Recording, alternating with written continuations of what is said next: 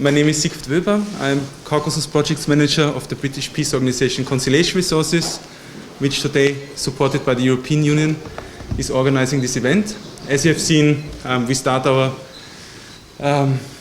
dedicated to the book of Thomas de Waal evening with a panel discussion with 3 interesting participants.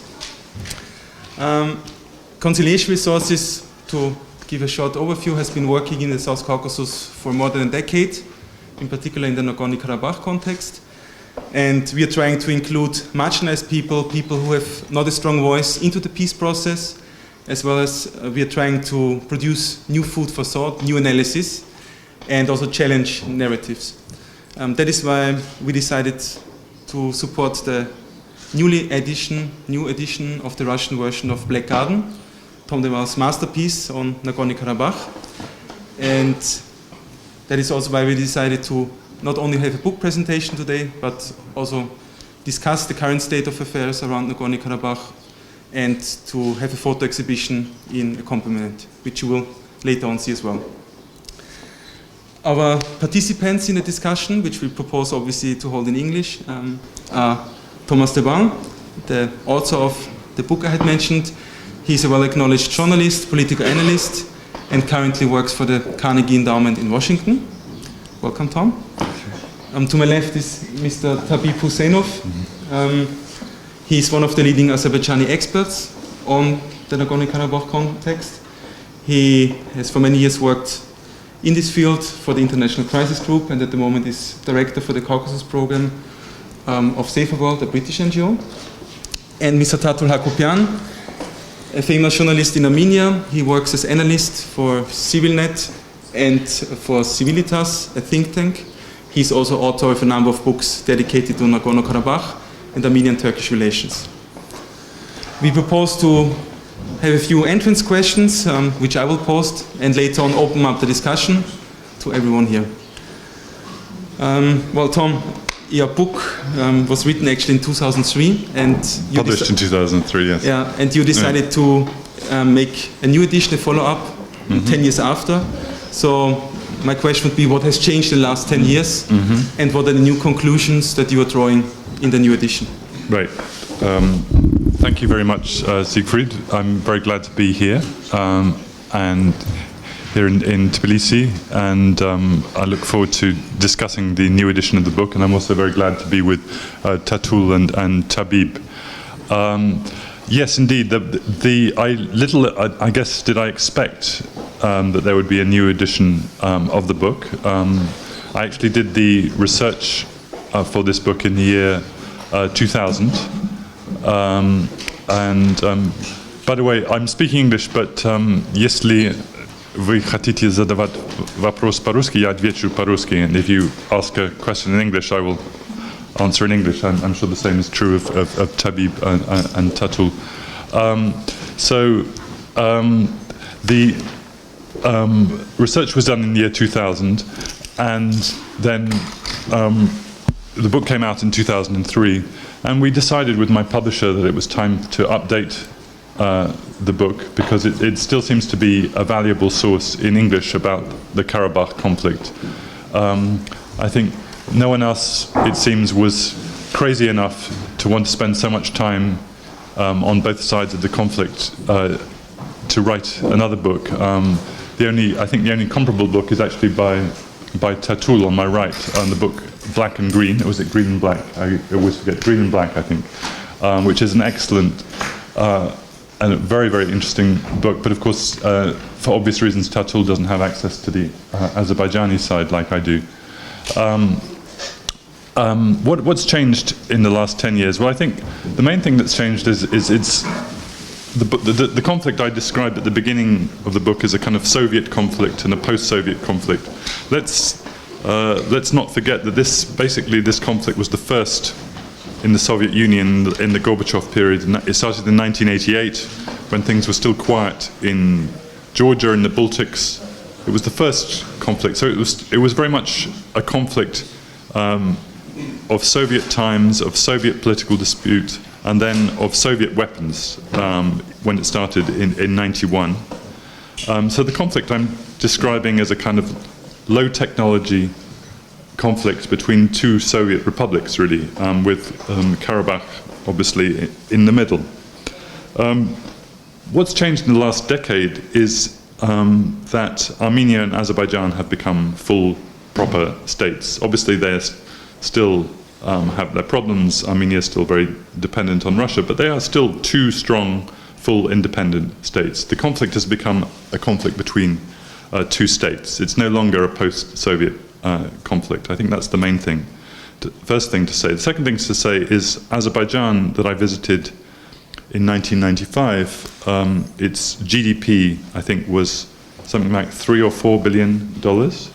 Azerbaijan today has a GDP of $70 billion. So it's a completely different world in Azerbaijan. We can discuss how badly that money has been spent, but that money has put Azerbaijan on the map as a country, as a state. A lot of that money has obviously gone on weapons. Azerbaijan now spends more on its military budget than Armenia spends on its state budget. So the balance has tipped back towards the losing side in the conflict of the 90s.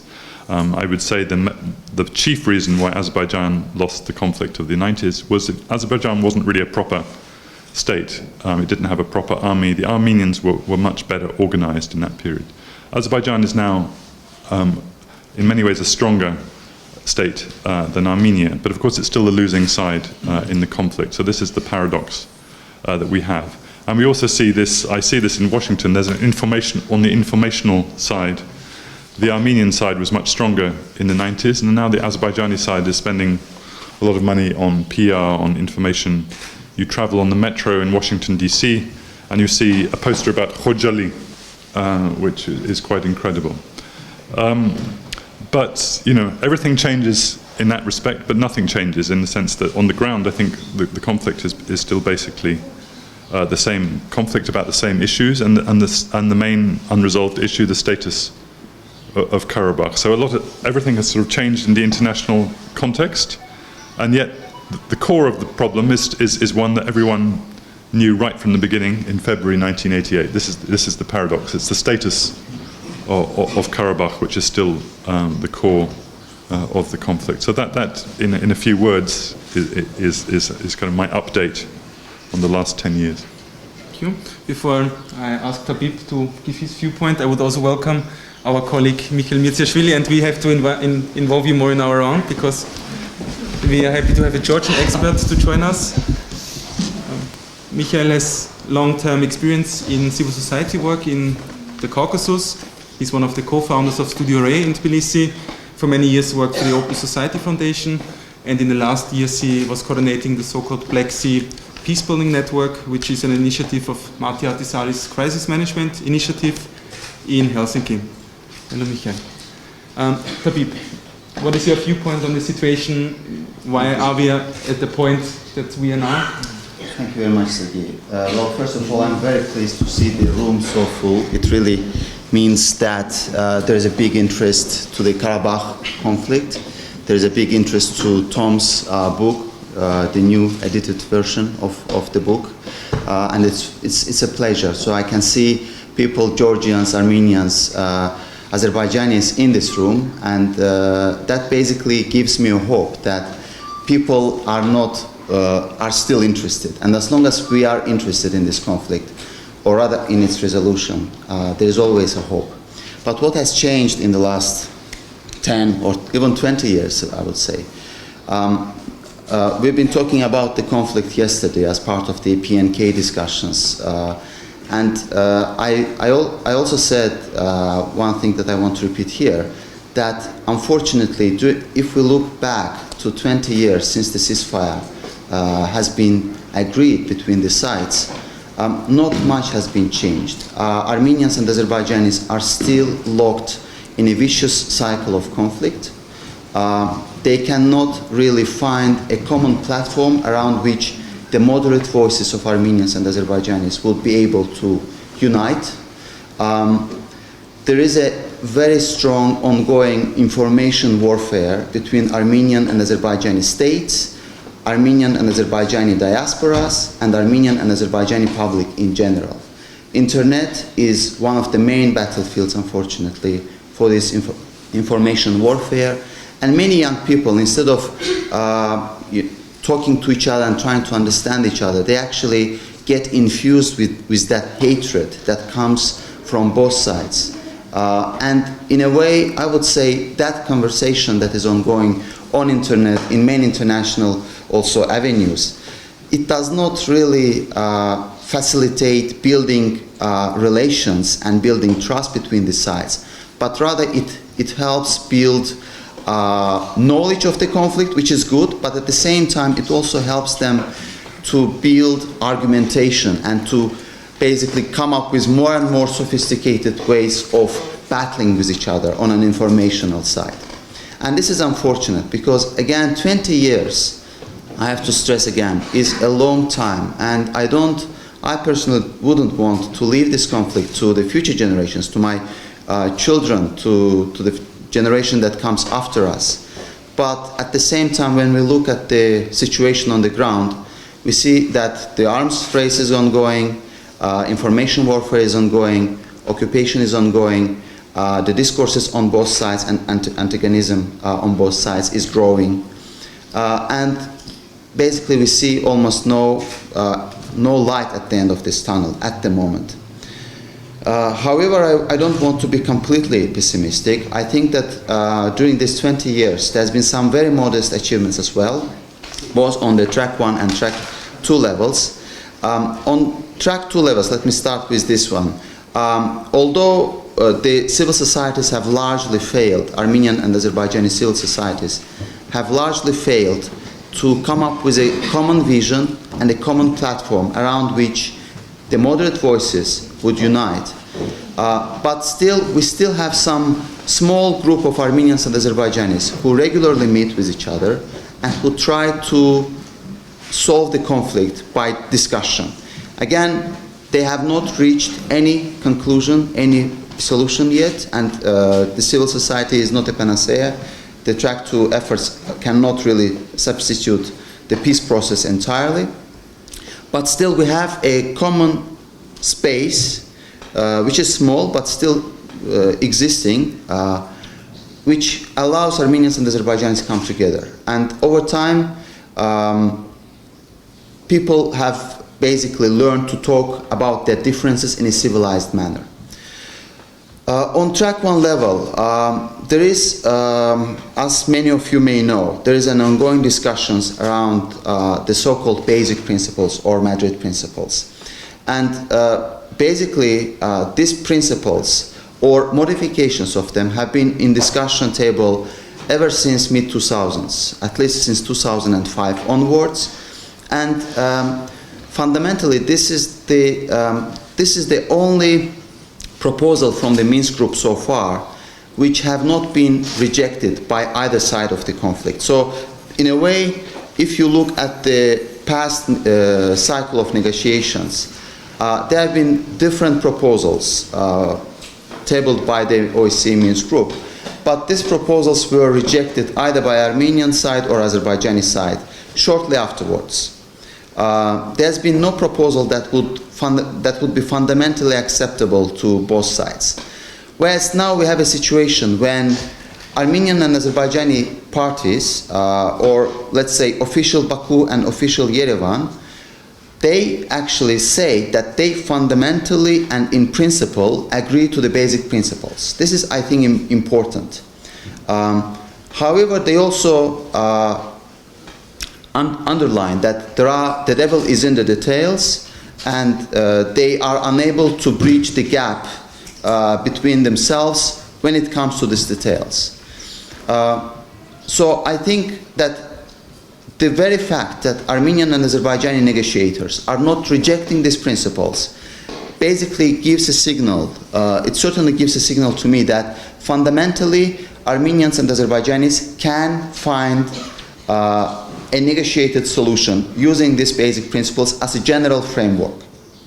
However, the task for us, the task for the negotiators on the track 1 level, and also I would argue the task for the track 2 as a facilitator, as a facilitating actor to the track 1 processes, should be to focus more on the basic principles, to have more discussions, constructive discussions around these principles, and try to find some points of convergence, that can be used by the negotiators to move the process forward. So it's not going to be an easy task, but I think that the very fact that track 2 is informal, we are kind of not formal people, so we can, when discussing certain things, especially experts, Armenians and Azerbaijanis, when they discuss certain issues that are being discussed on the negotiation table, they can be more flexible because they are not officials. But the ideas generated in these discussions, they can certainly feed into the official negotiation table, negotiation process. So it's, we're in a situation when, you know, the geopolitical situation also around Nagorno Karabakh and around the region in general is not positive. The Ukraine crisis has basically put the world almost on the brink of a new Cold War, without exaggeration. We're on the brink of a new Cold War, and I very much wish that this will not be the case. But another light of hope for me is that if we look at Western and Russian positions and interests on Nagorno Karabakh, we will see that fundamentally the positions are actually not clashing with each other. Both European Union, United States, and Russia, all of them are actually, they may disagree on Georgia or on Georgian conflicts, they may disagree on Ukraine, they may disagree on many other things, on Syria, on other issues. But when it comes to Nagorno Karabakh, we see that they are actually acting more in tandem and in a more coordinated manner, although not very well, but they fundamentally do not clash with each other. They do not have fundamentally opposing viewpoints when it comes to Nagorno Karabakh conflict. And I would argue that Nagorno Karabakh conflict could be one of the small issues around which the West and Russia can constructively cooperate. Because both of them, just like Armenians and Azerbaijanis, are fundamentally interested in preventing another outbreak of full-scale hostilities. And they are interested in preventing that hostilities precisely because the consequences of a new war in Nagorno-Karabakh would be very, very unpredictable. They would be highly unpredictable for Armenian and Azerbaijani peoples, and they would be also highly unpredictable for the Western and Russian interests. Specifically on Russia, there is I'm finishing. But on Russia, there is a very strong tendency in the South Caucasus expert community to criticize Russia always. And Russia basically needs to be criticized, especially for many things that it does currently in Ukraine. But we should also be focusing on what is our responsibility in continuing the conflict. Russia or any other external actor can only facilitate or contribute, but the primary burden of continuing this conflict today, still after 20 years of the ceasefire, lies on our shoulders, on the shoulders of the peoples. If we argue that we are being manipulated, it's the primary responsibility lies on ourselves. We allow ourselves to be manipulated, and we allow basically this conflict to be manipulated and be used for the interests that do not correspond to our own interests.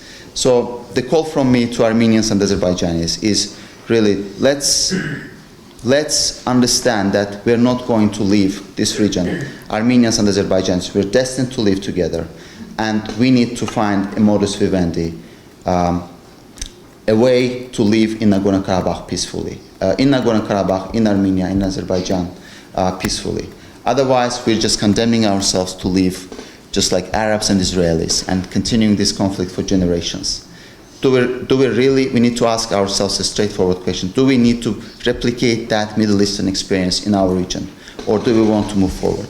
I think if we straightforwardly ask ourselves this question, the answer will be very clear. Thank you, Tabib. You touched upon a lot of interesting issues. I would now like to, of course, ask our colleague from Yerevan. Tatul about his opinion. Yeah, he talked about the basic principles, about things that are on the table that is known to everybody. So obviously a compromise is missing. There was a time in Armenia that one president, Levon Tepetosyan, he was close to make a compromise. The society was against it. Which is not true. Which is not true. So what is your position on the current status? What's your truth? If a compromise is possible, and if not, why not at the very moment? Thank you, Ziggy. Thank you, our colleagues, and thank you. My name is Tatul Hakobyan. I'm a reporter. I will be very short and well, if you really want a solution, when I say solution, I mean a paper. This kind of paper, which holds 3 signatures. Because in Armenia, especially in Nagorny Karabakh, many people think that this status quo also a solution. So, but really, if we want a solution, I understand a paper, an agreement which holds 3 signatures: Yerevan, Stepanakert, and Baku.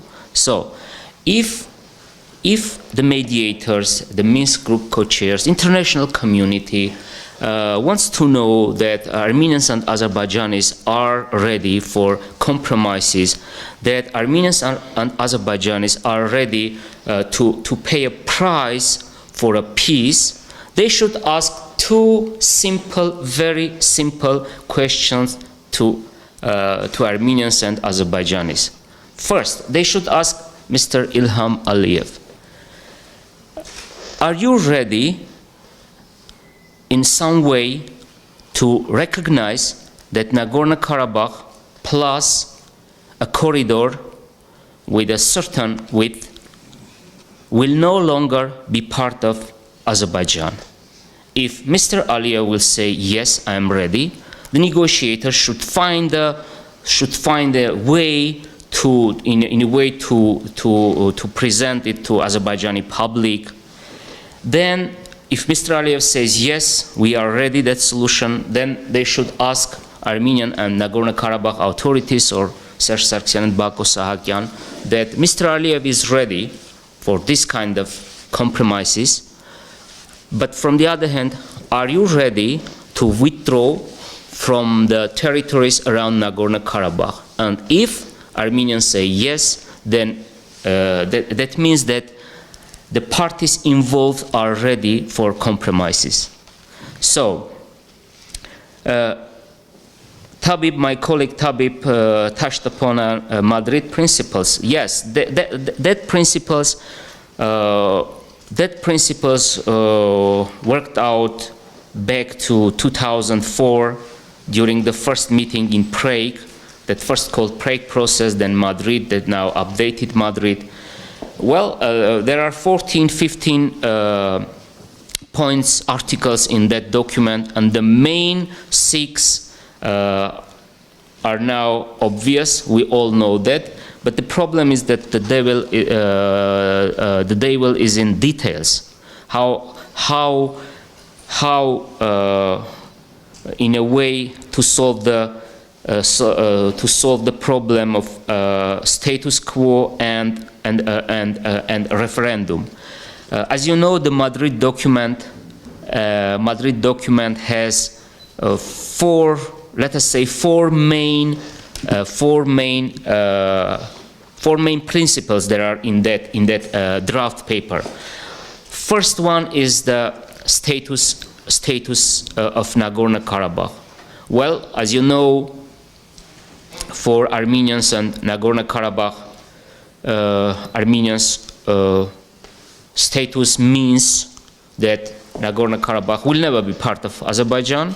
For Azerbaijanis, Azerbaijan status means that Nagorny Karabakh will be a part of Azerbaijan with the widest autonomy existed in the world.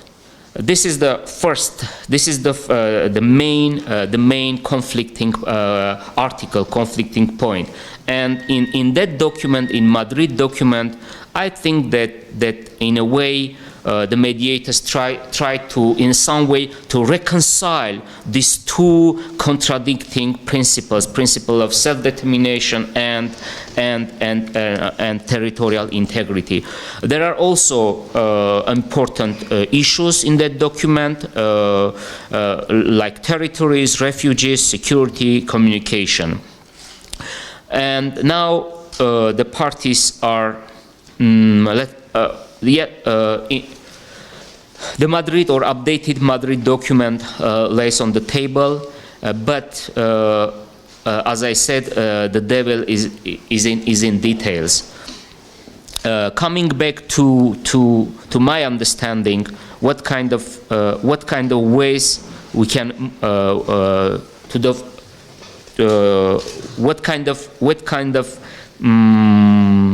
solutions we can have. I think there are four solutions for the Nagorno Karabakh conflict. First one, war. Second one is status. Well, you know that Armenia and Nagorno Karabakh don't want a new war. I think Azerbaijan also, but Azerbaijan continues war rhetoric. The second option is status quo, but this solution is unacceptable for Azerbaijan, because in this situation, Azerbaijani side in some ways is humiliated. The third way is negotiations and negotiated solution. This is the best way, and I would like to mention one more way. This which I called peace enforcement. And we can say that this third and the fourth solutions are so close. By the way, I'm not against to use peace enforcement if the international community thinks that the sides are so closed and they need one more push and pressure in order to have that negotiated solution and to have an agreement. What kind of obstacles we have now? First of all, as I mentioned, is the war rhetoric. Everywhere I'm stressing that if the international community, even if Jesus Christ will present the most balanced, the most just and creative solution in this atmosphere of war rhetoric, in this atmosphere of hatred, that solution will not work. There are also a lot of obstacles, such as snipers. As you know, since May 1994, Armenians lost in Karabakh, in Armenian-Azerbaijani line of contact, approximately or more than 1,000 soldiers, and according as my Azerbaijani colleagues claim, they lost nearly 3,000, which means that the war actually is, well, or the situation, neither war nor peace, we are close to war, not to peace, because 4,000 soldiers and 4,000 families lost their loved one. Also, there is a lack of confidence. Several weeks ago, I was invited in one of the European capitals to discuss the Karabakh issue, and during that discussion, one of the, because there was a rule of Chatham House, that's why I can't mention any name. But one of the diplomats who involved in the negotiation process said that during the talks, during the negotiation between Mr. Edvard Nalbandian, Edvard Nalbandian is the foreign minister of Armenia, and Elmar Mamadyarov, Mr. Mamadyarov is the foreign minister of Azerbaijan, they are kidding each other. You know, for example, if the negotiation process continues over 2 hours, 1 hour, they kidding each other. So there is a lack of confidence between the sides. And one more thing, and I would like to finish my short presentation. You know, now we can say that we are so far from the solution, because the Armenian and Azerbaijani societies are not ready for compromise. Yes, we Armenians, Azerbaijanis are ready. They don't want to kill each other. They want peace, but they are not ready to pay a price for that peace. So Armenian and Azerbaijani societies are not ready for the compromises. The elites in Nagorny Karabakh, in Azerbaijan, in Armenia are not ready. Yeah, they said that they are ready for compromises, but actually I think they are not. And the international community, I mean co-chairmanship, Minsk Group, Russia, France or France/European Union and United States are well, their work is coordinated work, but there is they don't want put much money, efforts to find a solution for the Nagorny Karabakh conflict.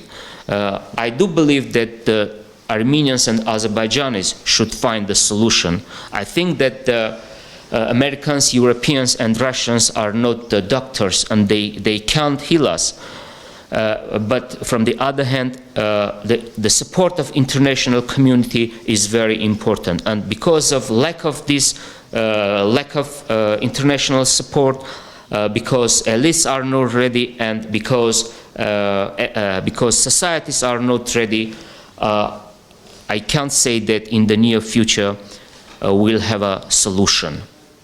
Sorry for this kind of gloomy,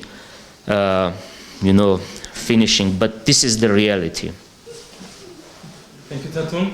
But Michel, obviously Georgia is a neighbor of both countries, and the conflict has an impact also on your country, on Georgia, and its development. At the same time, Georgia is struggling with its own questions internally. What is your take on the situation from a Georgian viewpoint, and which role could Georgia actually play positively when we talk about this conflict resolution? Thank you for inviting me to talk about... Sorry, Chair, before you start, maybe perhaps we could ask the question before as much as possible, and also so the cameraman can get there. It's like this? You can sit here now. Thank you. Thank you, Tatul. I think a couple of people can go in the corner there.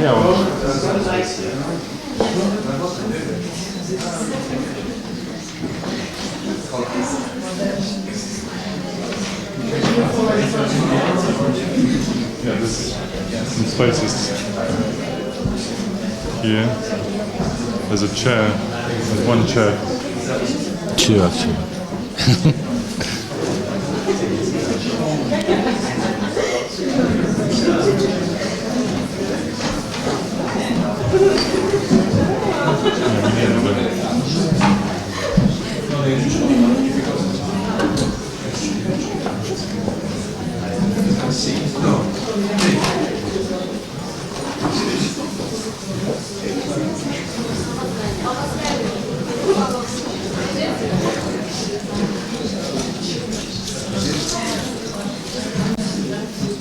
Does anyone else want to come sit down, please?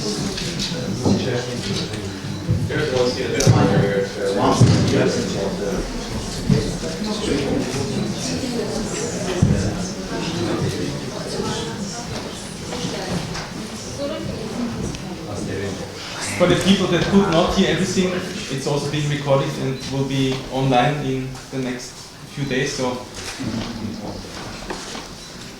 I guess now we can continue, please. Okay. Thank you, Ziggy, for this opportunity to talk about this issue. It was 10 years ago when, with Abkhazian colleagues, we Georgian journalists went to the Karabakh, Azerbaijan, Armenia, to make the film about the Karabakh conflict, and we thought it was important for us. And I still continue to think that it's important for Georgia, this conflict. There are some practical issues, everyday life issue affecting Karabakh conflict on Georgia's life, and there are some theoretical, political, and so on. I was starting with theoretical one. There is Georgia state recognized the conflict, the unresolved conflict in South Caucasus, Karabakh conflict, as threat for regional security and Georgia's state security. I'm trying to not mention Russia, but it's written there because of the conflict in Karabakh. It's weakening, make the weak the regional region as such, and it's make the stronger Russia's influence on the region, which is threat for Georgia. It's written there. As a citizen of Georgia, I would love to have more details about reflection how the Georgian government would react on the escalation of the conflict. There is no word about that. Or Georgia's government or Georgia state's policy to help resolve the conflict or decrease the possibility of escalation, but there's no word about that. It's just statement, it's mentioned 2 times, and that's it. From another hand, Georgia has a experience to develop some work plans to implement other and to reply to other conflicts, like we have the occupied territory and how to deal with the people not only in the occupied territory, but those who are attached to those territories and living there. But here we have nothing about that. So, to view from the civil society initiatives, I would say here we have more active position. One of this initiative which Georgian civil society also involved is the Tekali process, which is Tekali is the small village on the border of the 3 countries. Mainly it's ethnic Azerbaijani living here. It's Georgia territory, and this is the possibility. This is the place where the Armenians and Azerbaijanis can meet and talk and discuss the different issue, development issue, democracy issue, but the conflict issue as well.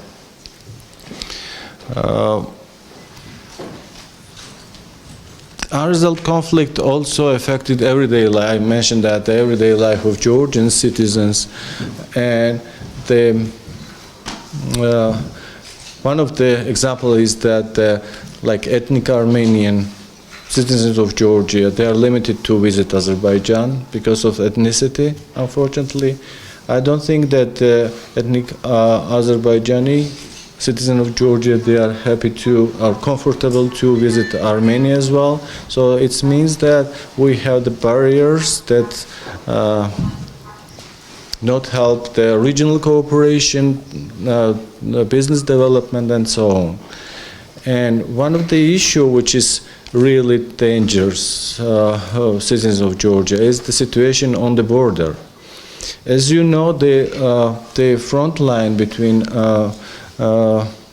Azerbaijan and Armenia, there's no peacekeepers or any kind of peace operation, and the sides are just themselves regulate the relation, ceasefire. From another hand, all this land is mined, and this segment of the Georgian-Armenian border and Georgian-Azerbaijani border that attached to this ceasefire line also mined. There is no sign from Georgian side, and it's quite dangerous.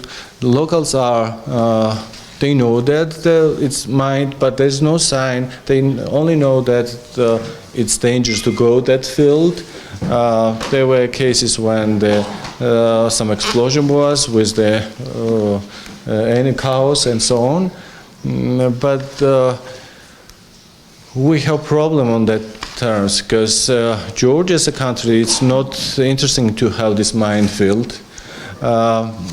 More than there is a concept of state border management adopted like this year, April, and it should be from 2014 till 2016 agreed this border Delimitation. Delimitation between Georgia and Azerbaijan, Georgia and Armenia, but this part would be quite complicated to delimit it and then managed because the mind. And also it's dangerous because the Azerbaijani army and Armenian army are presented there. That's quite close to the border. So this is the quite practical everyday life issue. It's not like theoretical like security concept and so on. But they are also, let's say, sensitive issue because unresolved conflict also barriers the regional cooperation development. And it's affecting on the policy and relation between Georgia and Azerbaijan and Georgia and Armenia. In example, Azerbaijan is quite sensitive with any regional projects that lets Armenia develop, have communication.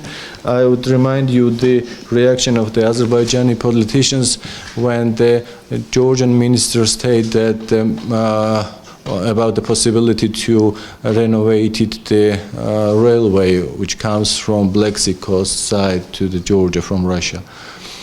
From another hand, good relation between Georgia and Armenia also affected by the policy when Armenia vote against the resolution which is important for Georgian policy, resolution on IDP and refugee return.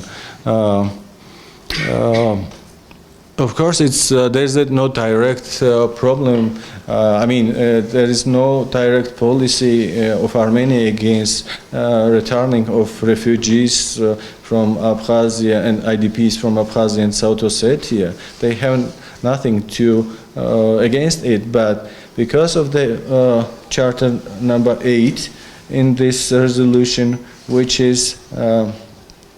proposed to include into the resolution the text from the Guam's statement, which contains themselves interpretation of the conflict in Karabakh, which is not acceptable for Armenia. So this is the reason why the Armenia votes against the resolution, which is quite sensitively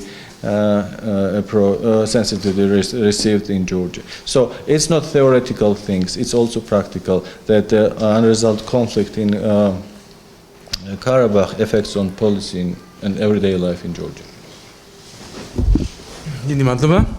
I think we put a lot of cards now on the table, and well, also appreciating that there's so many people here, I would now open the floor to a few concrete questions with very concrete short answers. We have a microphone somewhere.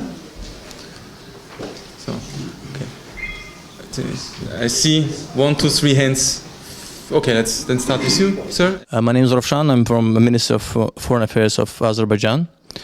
I have one short comment to what Tatul said and one question to Waal, if possible. So Tatul touched actually a very important question and hit the nerve. The paper that you were describing will have not 3 signatures, but 4, if ever. Why?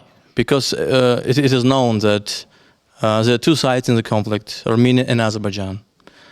And Armenian community of Nagorno Karabakh, just like Azerbaijan community of Nagorno Karabakh, are interested parties. This is in basic OAC documents. This is confirmed by co-chairs. This is a basic understanding. So, communities of Nagorno Karabakh will join at a stage when there will be a transformation of conflict, and then equal rights of Azerbaijanis expelled from Nagorno Karabakh will be restored, and then they in equal and peaceful conditions will discuss what kind of self-rule arrangement they want, because they are also legitimate owners of the land where they will be returning. And secondly, you described 4 options for the resolution of the conflict. I would name the 5th one, the one proposed by co-chairs. You mentioned about 6 principles. They envisage step-by-step approach. At the core of the Prague process is putting the most difficult questions at the end of the process. So discussing and resolving the issues that can be resolved today, including the question of status.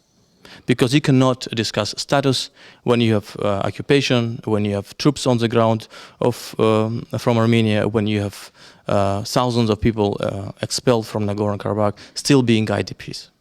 So this is a reasonable approach based on phased approach. So basically, starting with withdrawal of Armenian forces from the occupied territories, restoring communications on both sides, restarting the programs of peace building and cooperation, and again transforming the conflict and allowing creating a peaceful atmosphere where at the later stage, when the sides are ready and the conditions are ripe, the most difficult questions will be resolved.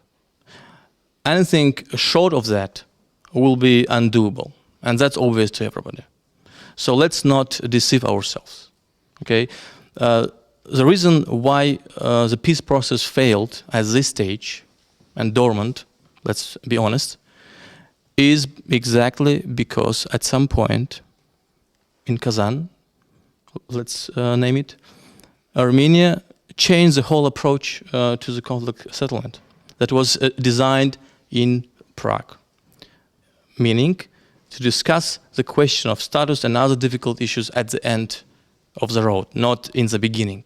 So that's how the process failed, with the demands from the Armenian side that has nothing to do with the model that has been discussed since 2004. And my question to the Waal. You can call me Tom, it's all right, we know each other. Yes, okay. So, Can I have a remark, just a remark? let me ask the question first and then... Let us see. Yeah. One sentence. Yeah. Of what? One sentence of what? No, my remark Okay. will be only one sentence. All right. After 10.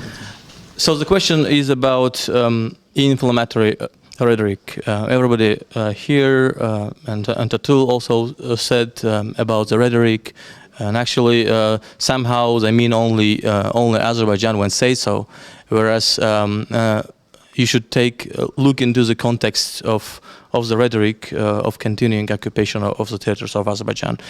So I want to touch the dimension of that rhetoric that often overlook. And Tabib only mentioned a rhetoric coming from both sides.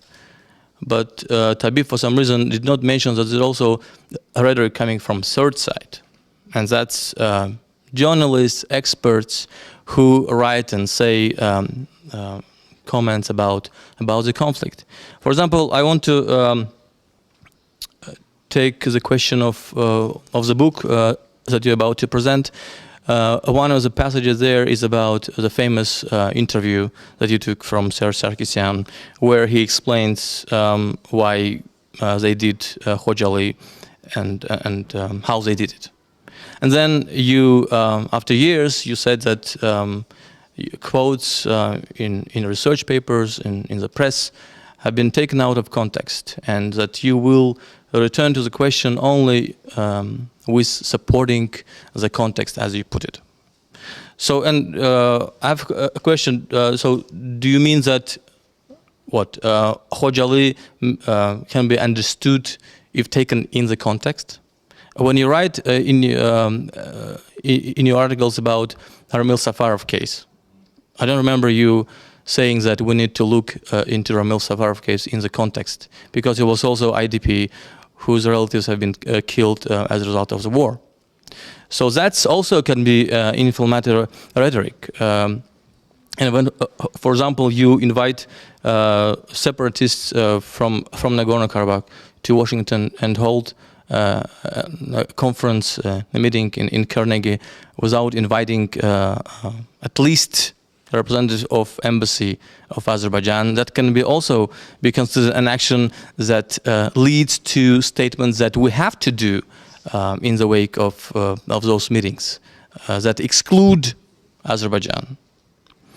So don't you think that not only Armenia and Azerbaijan, but also experts like you should also be careful when they comment on conflict, because this will in return generate the comments on either mostly on Azerbaijani side, explaining and defending. And when, for example, you in your articles, I'm finishing. In your articles, you often describe Armenia being victorious in the war and Azerbaijan being defeated. This is also can be said to be inflammatory, because you cannot be victorious by expelling civilian population. Thank you. Who's going to go first? You go first, please. It's Sure. Thank you, Roshan. A lot of points there. I would describe. I mean, when I use the word victorious or defeated, I'm not attaching any moral weight. When there are many.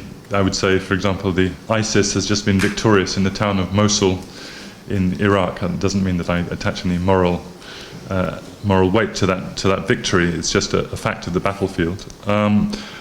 Thanks to the question about context. I think it's an important one. I think we have to be clear that what we're talking as I'm talking as a recorder of facts, and I record quite clearly in this book what happened in Khojaly as, in my view, it was a war crime.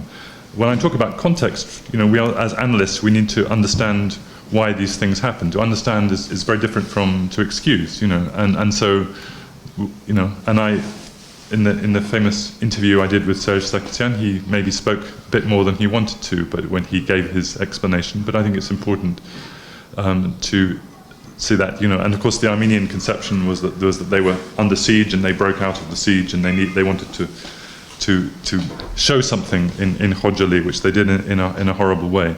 Safarov, I attach a moral judgment to the fact that this was a man who killed another man in his sleep with an axe. But also, I also understand that this is a man who grew up in a traumatized atmosphere, who in a sense grew up with this the rhetoric that I'm talking about. So I feel sorry for Ramil Safarov. I think he is also a victim of the Karabakh conflict, just as Makarian, the man he killed in his sleep, was a thing. You mentioned that I invited separatists to a conference at the Carnegie. That's not quite correct, and this is an intra-Washington debate that I should put the record. What I did was I invited to coffee. I invited Mr. Karen Mirzoyan, who represents the authorities. I invited him to coffee with a few experts, including former ambassador, U.S. ambassador to Baku.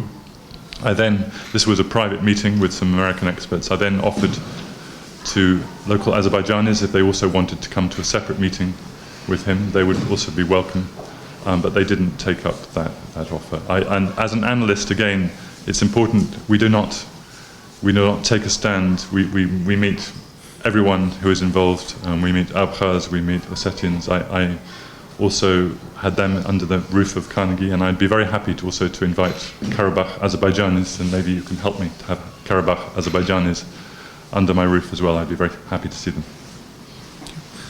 Tatul, you wanted to make it? Just two sentences or 1.5 sentences. Well, listening your comments, I again understand that Azerbaijan wants everything or nothing if we want status quo ante, the situation of 1988, this will never happen. And the half sentence, you mentioned occupation, etc., separatists. I think that Armenian side is a victorious side.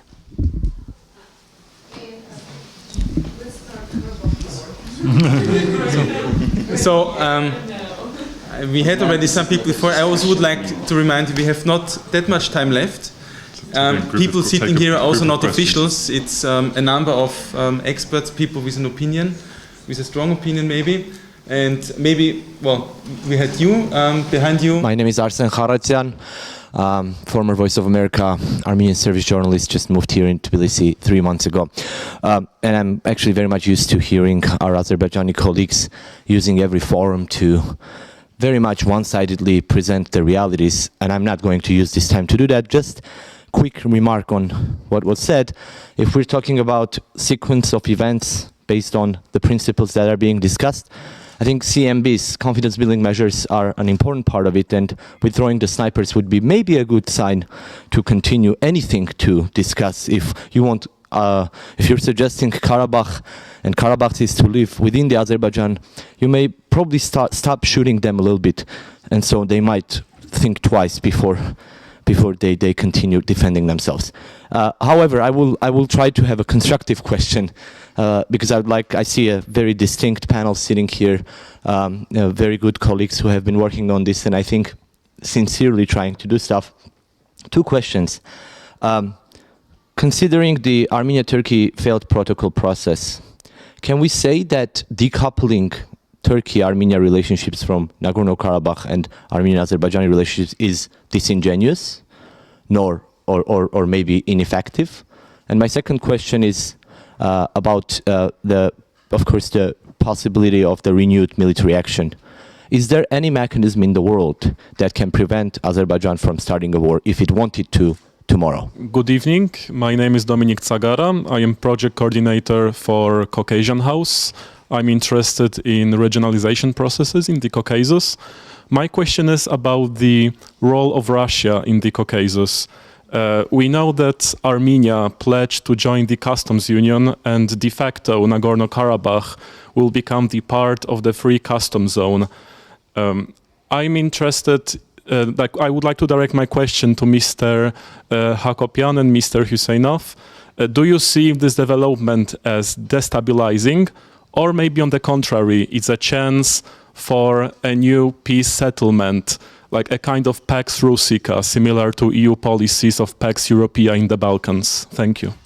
I am from JIPA, Georgian Institute of Public Affairs. We are here, Azerbaijan and Armenian students, and I want to say that you can consider us as a peace model of friendship and negotiating together.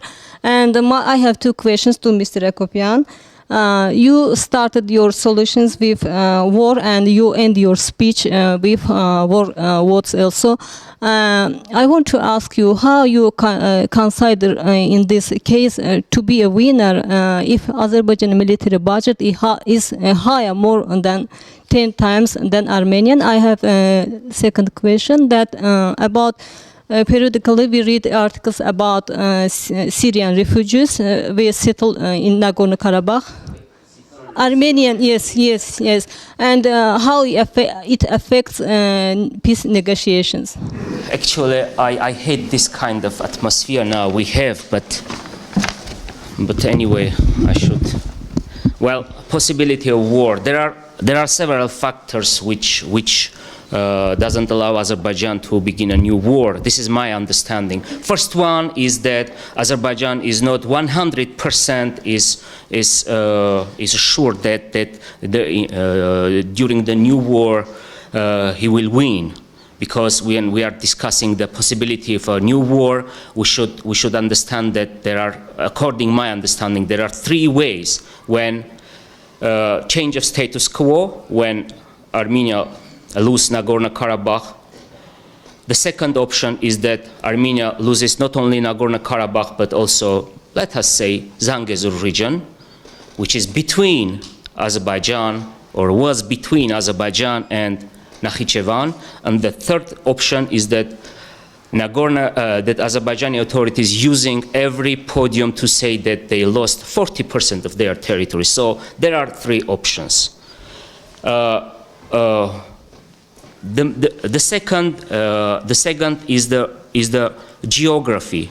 When you walk along the Armenian-Azerbaijani border and the contact line of contact in Karabakh, Azerbaijan, you will understand that the positions of Armenian forces are much more better than Azerbaijanis. But the main factor that doesn't allow Azerbaijan start a new war is that Azerbaijan is not know that what will be the Russia's approach. So there are three main factors that doesn't allow Azerbaijan start a new war. As of a budget, you know, with a budget you can't win a war. Yes, it's true that Azerbaijani budget, military budget, is more than 3 billion, which is more than together Armenian Nagorno Karabakh's whole budgets. But I can remind another example. During the first Chechen war, 150 million Russians defeated in Chechnya. So the same could happen in Nagorno Karabakh also. And as of Syrian refugees, well, you know, in Armenia we have, I think, more than 10,000. And if 3 families are living in Nagorno Karabakh, I don't think that that is the obstacle for the negotiation process. And thank you. Yeah, according to my information, there's actually more than 30 families living in one of the occupied territories. I think it's Zangilan, which I think it was a very strange and rather provocative move. I'm sure there's space enough for them in Armenia. So I'd just like to take up Arsen's question about Armenia, Turkey, and decoupling. I think in retrospect, it was a bit naive of the Swiss and the Americans to believe it was possible to achieve a decoupling of Armenia, Turkey, and Armenia, Azerbaijan in the protocols process. I think, however, that the Turks also didn't know their own mind. I think the Turks disagreed with one another about that. I think it's a difficult question, but I think it would have had positives if the Armenian-Turkey border had opened. I think it would have, in the short term, I think it would have had strengthened the Armenian position at the negotiating table. But in the longer term, I think it would have actually been a facilitator of peace, because I think it would have lifted the siege mentality in Armenia. I think it would have killed off the argument that Armenia is under an existential threat from Turks, and I think it would have focused attention, in fact, on the Karabakh conflict in the longer term, and on the occupation of Azerbaijani territories. So I think Azerbaijan would have probably lost something in the short term, but I think in the longer term, had it happened, and were it still to happen, I think it would have a positive dynamic for the Armenian-Azerbaijani process. But as we know, that's not how things work in this region, and both processes are now completely stuck, unfortunately. Well, considering the shortness of time, just one remark, and I'll respond to Arsen's and Dominic's question as well. First remark, I have been to many Armenian Azerbaijani meetings, and I have to say that I'm not going to play a role here of, ping pong between Armenians and Azerbaijanis. So I call to everyone to avoid this kind of format. When we start, it also applies to you, Tatul. Yes. Arsen's question about decoupling Turkey, Armenia, and Nagorno-Karabakh processes, I absolutely agree with Tom. Short remarks on this. I think besides naivety of the mediators, and also on the Turkey part, there's been also a miscalculation that people basically, some mediators thought that they can force Turkey to normalize relations with Armenia at the expense of Azerbaijan. And even though, I also think that Turkish-Armenian normalization can be potentially good for Nagorno-Karabakh process, but if that process, if that normalization between Turkey and Armenia is going to be at the expense of Azerbaijani-Turkish relations, then it will never happen, because Turkey, because of the ethnic kinship, because of the political and economic relations, will never agree to normalize relations with Armenia at the expense of Azerbaijan. So the challenge here is to find a way to normalize Turkish-Armenian relations without antagonizing Turkish-Azerbaijani relations. And how we can do this, it's a bit kind of more detailed response, to which I'm afraid I don't have time for. On preventing war, that Azerbaijan, your second question, Arsen. I think Azerbaijan would never go to war unless Azerbaijan knows that at least Russian factor is neutralized. Azerbaijan is already perhaps stronger militarily than Armenia. At least quantitatively we can say that. We cannot measure the spirit by a voiduch, yes, but we can see that quantitatively approaching, Azerbaijan is already stronger. However, there is a factor of Russia, and I think Azerbaijani political elites would never risk going to war with Armenia on a calculated way unless Russian factor is taken into account. However, there is another risk here. There is a risk that because of the escalation of the conflict, because of the frequent skirmishes, because of the deadlock in the negotiations, even without a clear calculated action, a small skirmish in the front line may go out of control and turn into a bigger conflict, in which then Russia would have to be intervened, Azerbaijani ally Turkey would have to be intervened. And that would be a disaster not only for, again, Armenian and Azerbaijani peoples, but also for Russian interests in the region, Turkish interests in the region, and broader Western interests in the region. And that also leads me to Dominic's question on Russian role.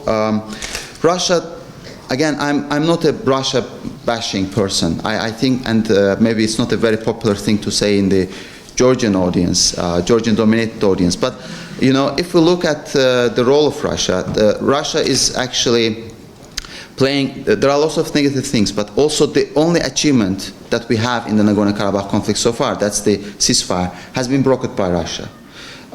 The basic principles have been, most of the negotiations under the basic principles have been led by Russia, with the support and assistance from the European Union, particularly France and the United States.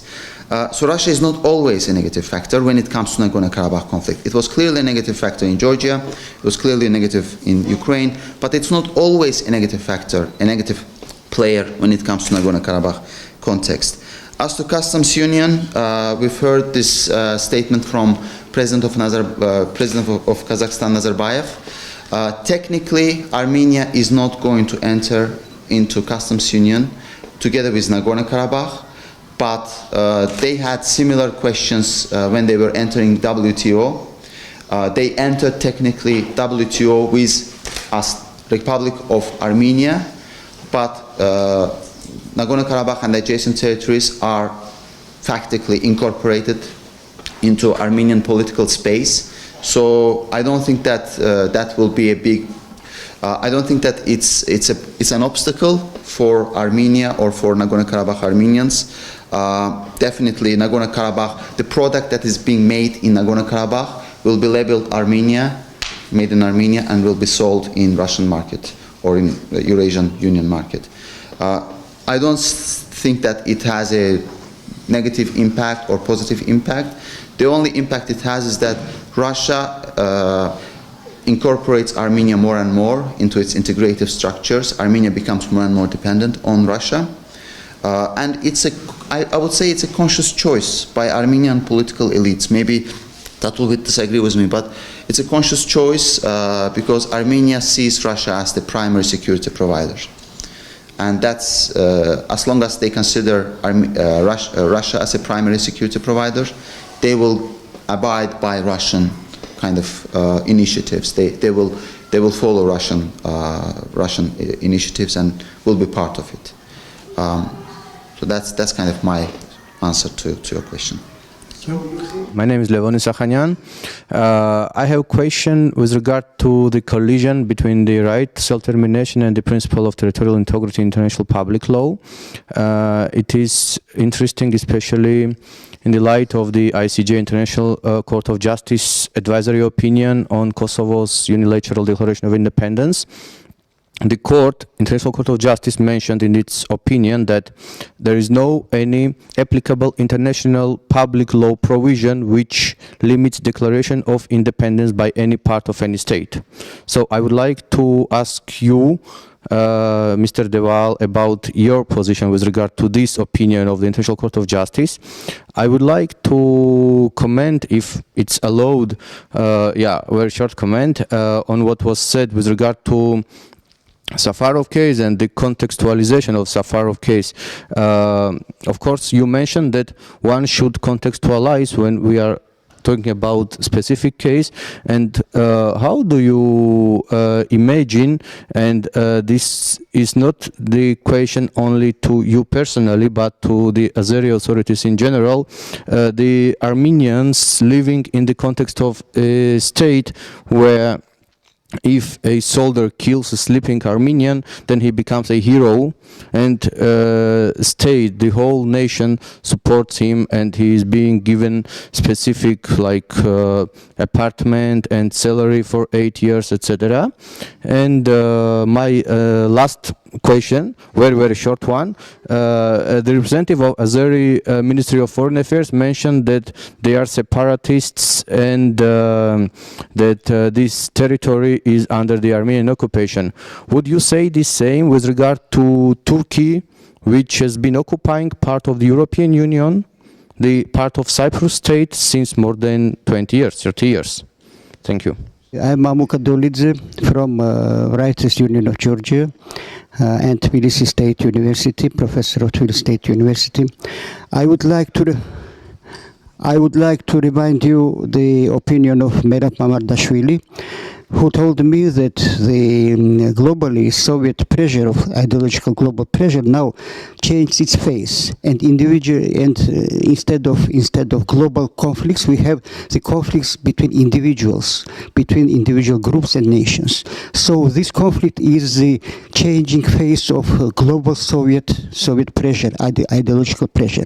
It was Mamardashvili's idea, and my idea coincides with his opinion, that in this case we have also some continuation of this Soviet ideological conflict, but it changed its face, and instead of global political project we have some individual conflicts between the nations. So my question is, do you think that it is an artificial escalation of outstanding and external political forces here, or we have the natural development of internal conflict between the nations? Thank you. Меня зовут Гурам Мархуля, я историк Сухумского государственного университета, я из Абхазии, тоже люди с Армении, с Азербайджана. Я очень рад, что сегодня я вижу рядом, вместе они находятся. Ну, не знаю, час заслуга господина Томаса или не знаю. Но очень приятно, что эти люди могут договориться, и в конце концов проблема Нагорного Карабаха, наверное, исчезнет.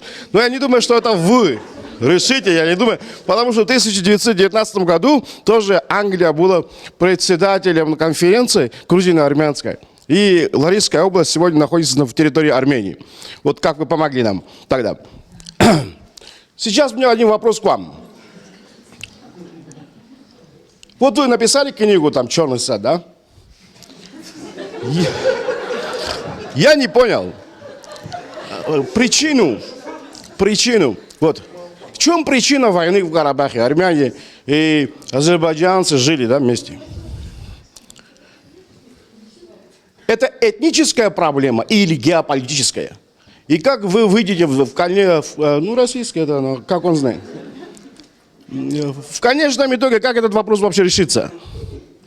Ваше мнение интересно. Just I would to say that even if you take me a hostage here, I will not give back Lori to Georgia because I am from Lori. Okay. Right, and I'll say that yes, I think the British ended the war, Armenian-Georgian war, but I don't think the British drew the frontier in Lori. Mr. Professor Dolidze asked a very interesting philosophical question, but I'm not sure I completely understood it. I think there was an interesting idea there which I didn't completely understand.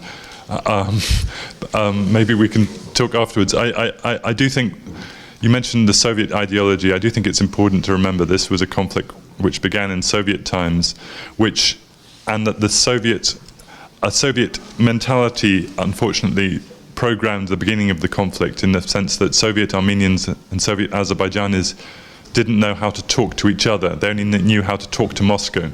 They asked Moscow to arbitrate the conflict, and they didn't have mechanisms of dialogue with each other in 1988. They both appealed to Gorbachev to say, who does Karabakh belong to? And they were both disappointed with Gorbachev. Levon Isachadian asked about the ICJ thing. For me, that was a very strange verdict. It basically said everyone has a right to declare independence. I mean, Scotland has but then it completely ducked the important question about what is the mechanism of granting a new territory independence. And as we know, Kosovo went through that mechanism in a very long and painful way over many years. I think, in my view, it should have been even longer and more painful. I think we shouldn't exclude separatism in this world, but I think we should make it very difficult. That's my view. And ваш вопрос,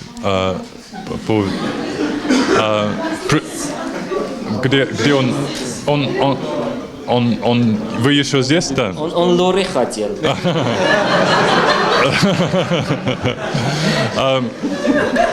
Но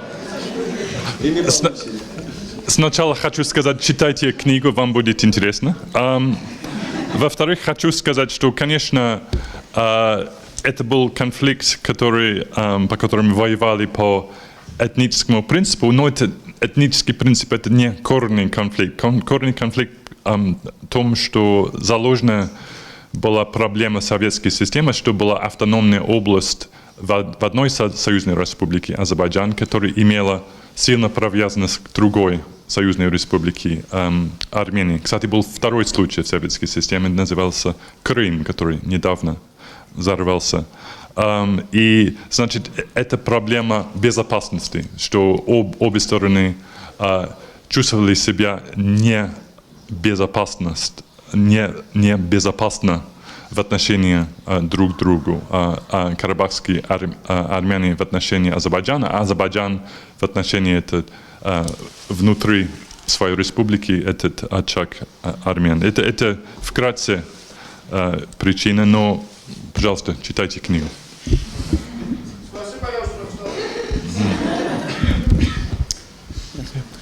Well,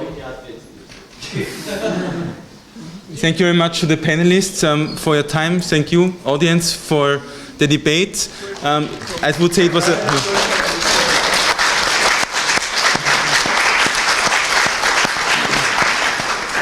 it was another example that this is a very sensitive and very emotional topic.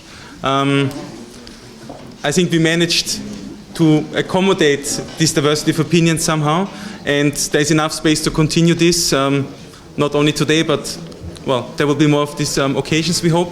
Now I kindly invite you, in the name of Conciliation Resources and the EPNK partnership, to go to the second floor in the reception hall, where we have the official presentation of the book, a reception, and there's also a photo exhibition on Nagorny Karabakh. Thank you very much.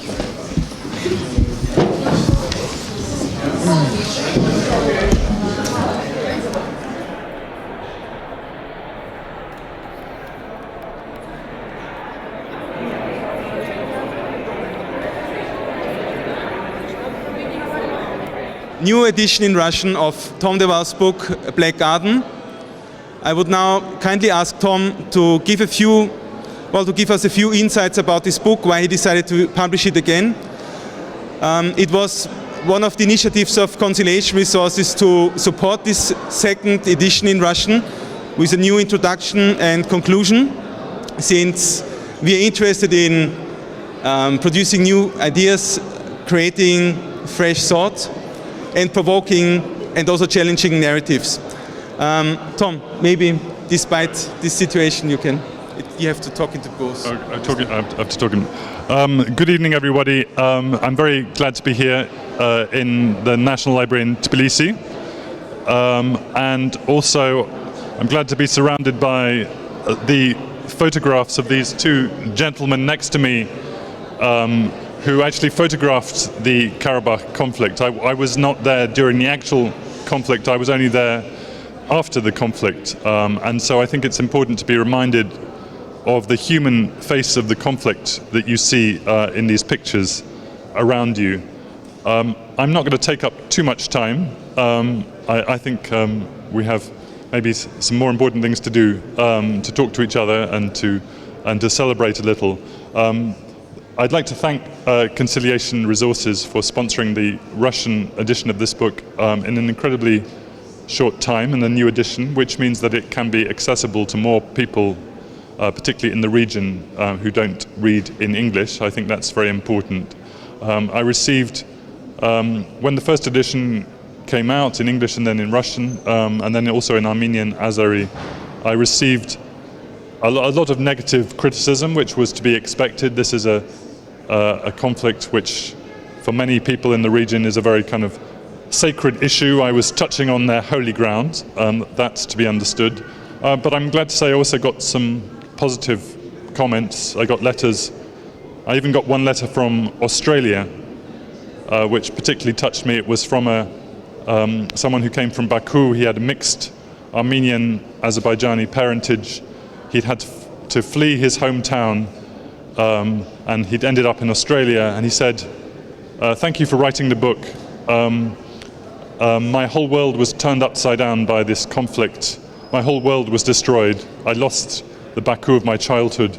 The world was divided, and I thought I'd gone mad. But your book confirms to me it wasn't me who'd gone mad. It was the others, the people who destroyed my world, who were the mad ones." And that was a nice letter that I got. There's very little to add about the new edition. It just maybe I was sort of crazy enough to embark on this project when I was a bit younger. The idea to write a book about the Karabakh conflict from both sides. It involved an enormous amount of travel. I remember looking down when I was in Karabakh and seeing lights of Azerbaijani villages and realizing that for me to reach those villages, which were just a few miles away, would take many, many days of a journey. And I certainly covered a lot of miles going back and forth writing this book. And I jokingly said I was discovering symptoms of schizophrenia in myself, because half of my brain was looking at the Azerbaijani side and half was looking at the Armenian side. But I think we felt there was a need to update the book because it was still being read, but it was now out of date. So the book brings the conflict up to 2012 and also adds a few conclusions. But my conclusions are basically the same. My conclusions are really that this is a conflict which had its own tragic logic. It was a conflict that no one needed, but had its own tragic logic at the end of the Soviet period. And that the two societies are still living more or less in 1988. Their minds are still in that period of 1988.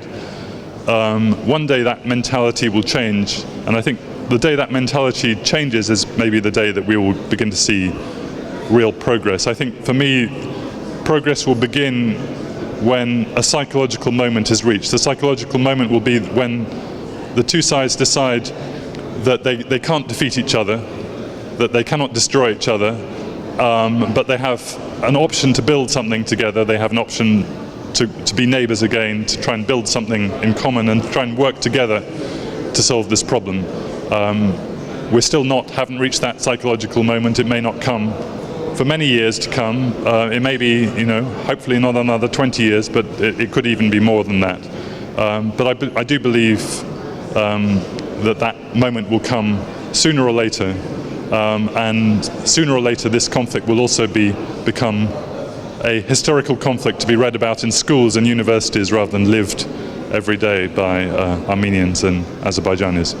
So with that, thank you all for coming, and it's great to be here. Thank you.